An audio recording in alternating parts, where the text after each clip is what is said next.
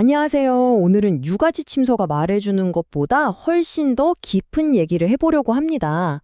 바로 한 사람이 겪게 되는 아주 심오한 변화에 대한 이야기죠. 자, 바로 이 순간에서 시작해볼까요? 새벽 4시 17분. 커피는 식어가고, 아이는 울고. 아마 많은 초보 부모님들은 이 장면 너무나 익숙하실 거예요. 세상이 완전히 다른 법칙으로 돌아가는 것 같은 바로 그 순간이죠. 창문에 비친 내 모습이 낯설게 느껴집니다. 이 사람 누구지? 하는 거죠. 바로 여기서부터 그의 정체성에 대한 아주 근본적인 질문이 시작되는 겁니다. 이건 그냥 삶이 좀 변했다 이런 차원의 얘기가 아닙니다. 그게 아니라 이건 파괴예요. 원본에서는 이걸 자아의 완전한 해체라고까지 표현하거든요. 우리가 흔히 쓰는 번아웃 같은 단어로는 이 격렬한 변화를 다 설명할 수가 없어요.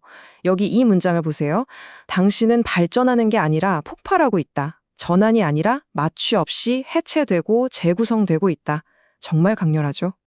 네, 그럼 첫 번째 단계로 들어가 보죠. 바로 자아의 분개입니다. 과거의 내가 완전히 무너져 내리는 과정이라고 할 수 있겠네요. 이전의 나와 아버지가 된 나를 한번 비교해 볼까요? 예전에는 능력과 성취가 내 정체성이었고 시간 관리나 문제 해결 능력 같은 게 중요했죠. 그런데 아버지가 되는 순간 이게 다 소용 없어지는 거예요. 마치 잘 쓰던 프로그램이 완전히 새로운 운영 체제에서는 돌아가지 않는 것처럼 말이죠. 바로 여기서 존재의 역설이 생겨나는 겁니다. 보세요. 당신은 한 생명에게 그 어느 때보다 중요한 존재가 됐어요. 하지만 동시에 나 자신은 그 어느 때보다 덜 중요한 존재가 되어버렸죠. 정말 아이러니하지 않나요? 시간이라는 개념 자체가 완전히 산산조각이 나버립니다. 이걸 파편화된 시간이라고 부를 수 있겠는데요. 아이의 즉각적인 요구, 쌓여있는 업무, 배우자와의 관계, 그리고 나 자신의 아주 기본적인 생존 욕구까지 이 모든 시간이 한꺼번에 나를 잡아당기는 거죠. 그야말로 혼돈의 상태, 어떤 철학자도 미처 생각지 못했던 그런 현실입니다. 철학자 사르트르는 우리가 선택을 통해 우리 자신을 만들어 간다고 했잖아요. 근데 이 경험은 정반대예요. 내가 뭔가를 선택해서 만들어 가는 게 아니라 여기 이 문장처럼 내가 과거에 했던 모든 선택들이 갑자기 의미를 잃어버리는 공포를 마주하게 되는 거죠. 이건 능동적인 선택이 아니라 아주 폭력적이고 비자발적인 과정에 가깝습니다. 자, 이제 두 번째 단계로 넘어가 보겠습니다. 바로 모든 것의 무게입니다. 이게 어떻게 감당하기 힘든 책임감으로 이어지는지 한번 보시죠. 레비나스라는 철학자가 이런 말을 했어요. 타인의 얼굴을 마주하는 순간 우리는 그에 대한 무한한 책임을 느끼게 된다고요. 이건 내가 선택하는 책임이 아니에요. 오히려 책임이 나를 선택하는 거죠. 아버지가 된다는 건 바로 이 철학을 가장 순수하고 또 가장 힘든 형태로 직접 경험하게 되는 겁니다. 그런데 여기서 핵심적인 위기가 발생합니다.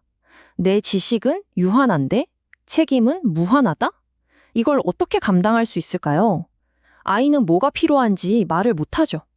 내가 내린 결정이 맞았는지 틀렸는지는 몇 년, 어쩌면 몇십 년이 지나야 알 수 있는데 지금 당장 무언가를 결정하고 행동해야만 하는 겁니다. 이런 상황이 만들어내는 불안을 윤리적 현기증이라고 표현할 수 있겠습니다. 내가 내리는 아주 사소한 선택 하나하나가 아이의 인생에 어떤 영향을 미칠지 전혀 예측할 수 없다는 걸 깨달았을 때 느끼는 그 아찔한 어지러움이요. 너무 많은 걸 알아서 동시에 너무 모른다는 사실 때문에 아무것도 할 수 없게 되는 그런 마비 상태랄까요? 매일매일이 이런 선택의 연속이에요. 그야말로 지뢰밭이죠. 아이가 올 때 그냥 둬야 하나? 아니면 바로 달려가야 하나? 엄격하게 해야 하나? 아니면 유연하게 돼야 하나? 문제는 이 모든 선택지에 대해서 소위 전문가라는 사람들은 서로 완전히 다른 모순된 조언들을 쏟아낸다는 겁니다. 그러니 더 불안해질 수밖에요. 하지만 이렇게 모든 것이 무너지고 엄청난 무게에 짓눌리는 경험 속에서 무언가 아주 심오한 것이 피어나기 시작한다고 합니다. 바로 소진의 지혜입니다. 이 끝없이 반복되는 일상, 기저귀 갈기, 밥 먹이기, 책 읽어주기 이런 것들이 마치 시시포스의 바위처럼 느껴질 수 있어요. 하지만 결정적인 차이가 있습니다. 시시포스의 노동은 무의미했지만 이 반복적인 일들은 결코 부조리하지 않다는 거죠. 이건 다른 한 사람의 삶을 만들어가는 아주 신성한 행위로 변모하게 됩니다. 특히 모두가 잠든 새벽 3시, 완전히 지치고 고립된 그 시간에 평소의 방어 규제들이 다 무너져 내리면서 정말로 중요한 게 뭔지 깨닫게 되는 순간이 찾아옵니다. 이건 책을 읽어서 얻는 지혜가 아니에요. 내 편안함보다 다른 누군가를 더 사랑하는 그 힘든 과정을 통해서만 얻을 수 있는 아주 깊은 깨달음이죠. 이 새로운 이해가 나타나는 과정을 3단계로 볼 수 있는데요. 처음에는 내 존재 자체가 바뀌는 데서 오는 존재론적 소진을 겪습니다. 그 다음 단계는 이 피로가 그냥 피로가 아니라 의미 있는 희생의 결과라는 걸 깨닫게 되죠. 그리고 마침내 이 피로감은 사랑의 신체적 표현, 즉 감사한 소진으로 바뀌게 됩니다. 중요한 건 피로가 사라지는 게 아니라는 거예요. 피로의 의미가 완전히 바뀌는 거죠. 결국 이 모든 여정은 사랑의 본질이 무엇인지에 대한 아주 근본적인 진실을 우리에게 보여줍니다. 사랑은 모든 것을 쉽게 만드는 감정이 아니라 어려움을 의미 있게 만드는 헌신이다. 바로 이 말처럼요. 그래서 우리는 이런 질문을 던지면서 마무리하려고 합니다. 만약에 이 신성한 소진이 우리가 해결해야 할 문제가 아니라 삶의 가장 깊은 지혜 중 하나라면 어떨까요? 어쩌면 이 피로를 그 자체로 존중하고 받아들일 때 우리는 인간으로 살아간다는 것에 더 깊은 의미를 발견하게 될지도 모릅니다.